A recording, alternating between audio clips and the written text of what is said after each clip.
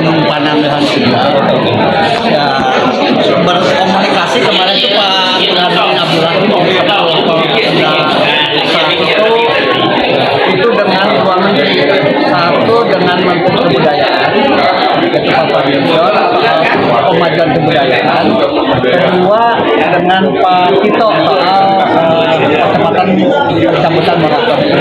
Dan alhamdulillah ketika Pak Fadli sedang ke Bandung ada acara KTI dan KUI, kita mendapatkan kesempatan untuk berkomunikasi, bersilaturahmi, beraudiensi dalam rangka pikiran dan agenda MMS soal pemajuan kebudayaan.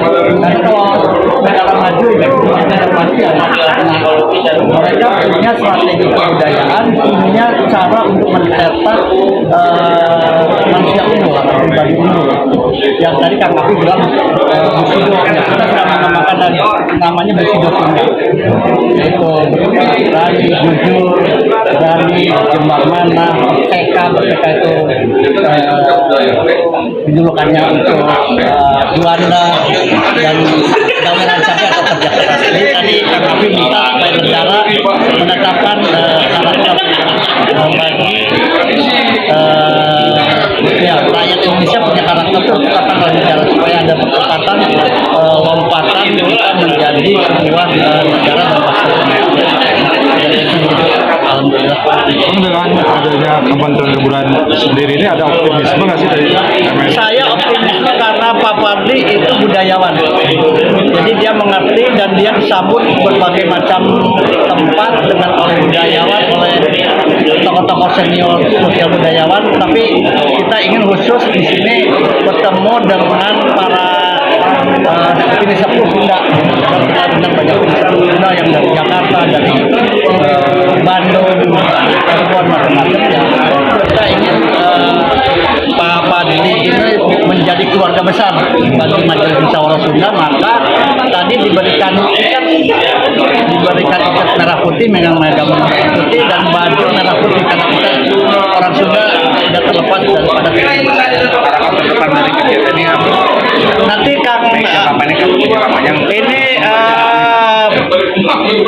DPR-nya di sudah berdialog dengan kita MMS untuk Perda Pemajuan Kebudayaan, dan nanti kalau kita diundang sekarang ini sama Pak Fadli, nanti kita yang mengundang Pak Fadli untuk kick off tentang bola pertama ketika DPRD dan masyarakat budayawan Sunda itu mendorong pembahasan masalah Perda Pemajuan Kebudayaan.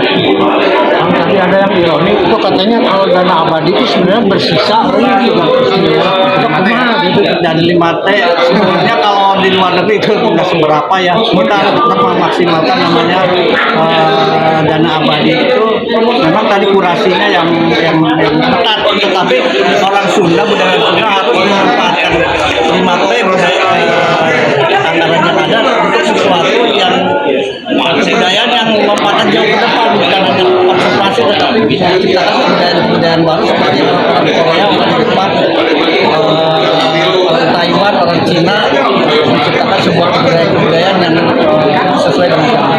Jadi artinya kalau konsepnya bagus itu memungkinkan mendapatkan baru saya kira orang Sunda. Sebenarnya yang paling urgent tadi apa sih? Sebenarnya apa yang paling kita tadi soal berbagai macam soal komitmen pada pemerintah itu